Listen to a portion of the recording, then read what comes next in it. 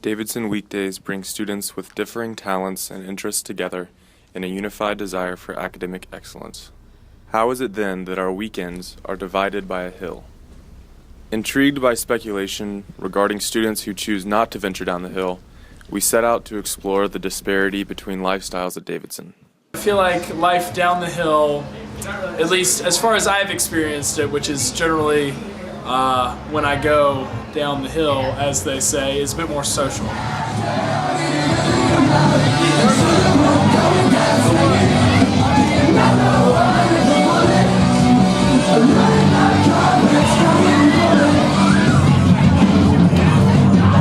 Closest train to Vegas gets to go first.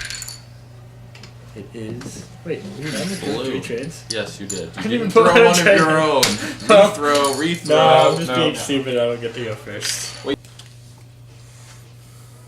I mean, I think it's just a fun alternative because it's kind of like you have a long day, you do a lot of work, and it's just kind of a good way to unwind. And it's like, I mean, we'll get a little competitive every once in a while, but like generally we all know our friends, and so like generally it doesn't end up in too much like heated competition. It's just kind of more about having fun and just enjoying hanging out with friends. Turn, right? I like board games because they provide a little stimulation, a little adrenaline rush. Why do I like board games? It gives me a chance to beat you guys at something.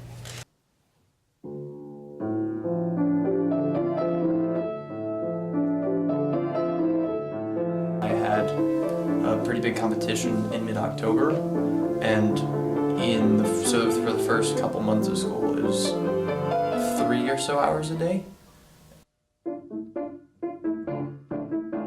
Don't really make it down the hill too often. I feel like I'm doing things with my free time.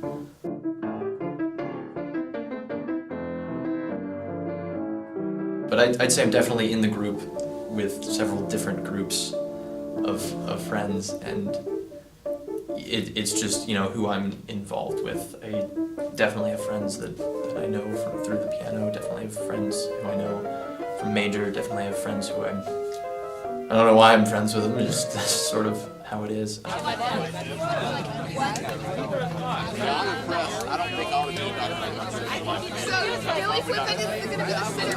I do not focus as much on Davidson things such as class or doing my reading or my homework.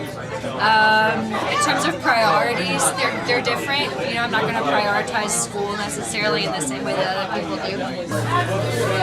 What do you think the most typical activity on a Friday or Saturday night is for a Davidson student? For a Davidson student, somewhere between getting wasted and doing your homework. What is your typical Friday or Saturday night activity? Somewhere between avoiding homework and not getting wasted.